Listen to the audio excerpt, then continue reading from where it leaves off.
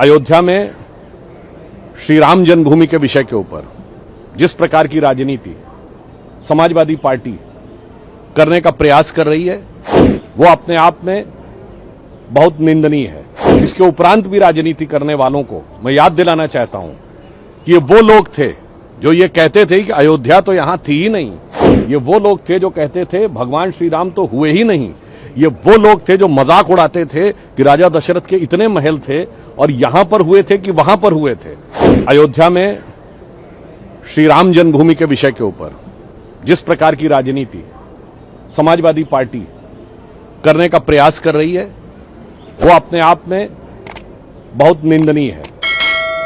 बहुत स्पष्ट रूप से सरकार पूरी संवेदनशीलता और सतर्कता के साथ उस विषय पे कार्य कर रही है। विषय सर्वोच्च न्यायालय के दिशा निर्देश में चल रहा है। इसके उपरांत भी राजनीति करने वालों को मैं याद दिलाना चाहता हूं कि ये वो लोग थे जो ये कहते थे कि अयोध्या तो यहां थी ही नहीं। ये वो लोग थे जो कहते थे भगवान श्री राम तो हुए ही नहीं। ये वो लोग थे जो मजाक उड़ाते थे कि राजा दशरथ के इतने महल थे और यहां पर हुए थे कि वहां पर हुए थे। और ये वो लोग थे जिन्होंने राम भक्त कारसेवकों के खून से सरयू लाल कर दी थी।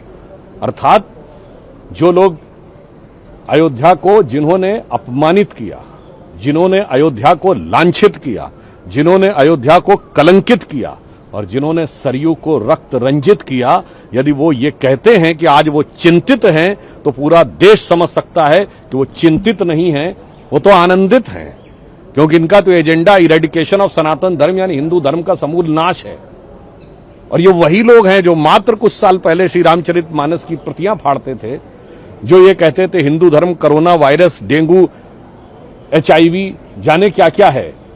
तो इसलिए हम स्पष्ट रूप से पूरे देश की जनता के सामने कहना चाहते हैं, जब हम लोग छोटे थे और जिन्होंने जब अयोध्या राम भक्त कारसेवकों के खून से लाल हो गई थी, सैकड़ों कारसेवक मारे गए थे, यद्यपि इन्होंने ऑफिशियली सिर्फ 16 की फिगर एक्सेप्ट की थी, तो उस समय एक नारा लगा था कि अब भी जिसका खून न खौला, खून नहीं वो पानी है, और जन्मभूमि के काम न आए वो बेकार जवानी है।